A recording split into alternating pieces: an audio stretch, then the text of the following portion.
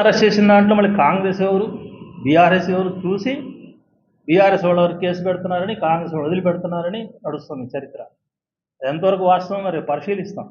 అక్కడ పోయి వెళ్ళిన తర్వాత విషయాలు పరిశీలించిన తర్వాత ముఖ్యమంత్రి గారిని కలుస్తాం.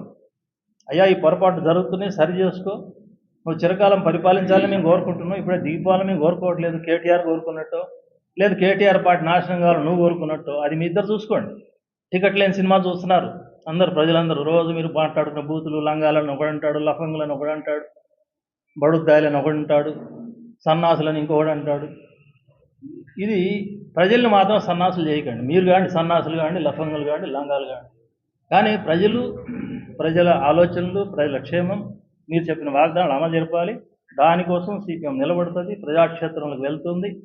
ఇది ఒకటే లగచర్ల రేపు పర్యటనే కాదు, రాబోయే కాలంలో ప్రజా వ్యతిరేకంగా ఎవరు ముందుకు వచ్చినా సరే తప్పనిసరిగా దానికి అండగా నిలబడటానికి మేము ప్రయత్నం చేస్తాం. అక్కడ ఈ జిల్లాలో కూడా ఫ్యాక్టరీ సమస్యలు ఉన్నాయి, రంగన్న మాట్లాడతాడు.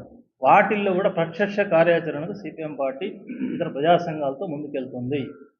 ప్రజల సంక్షేమం కోసం, రైతుల సంక్షేమం కోసం నిలబడుతుందని చెప్పి మీ ద్వారా ప్రజలందరికీ విజ్ఞప్తి చేస్తున్నాం. Thank you.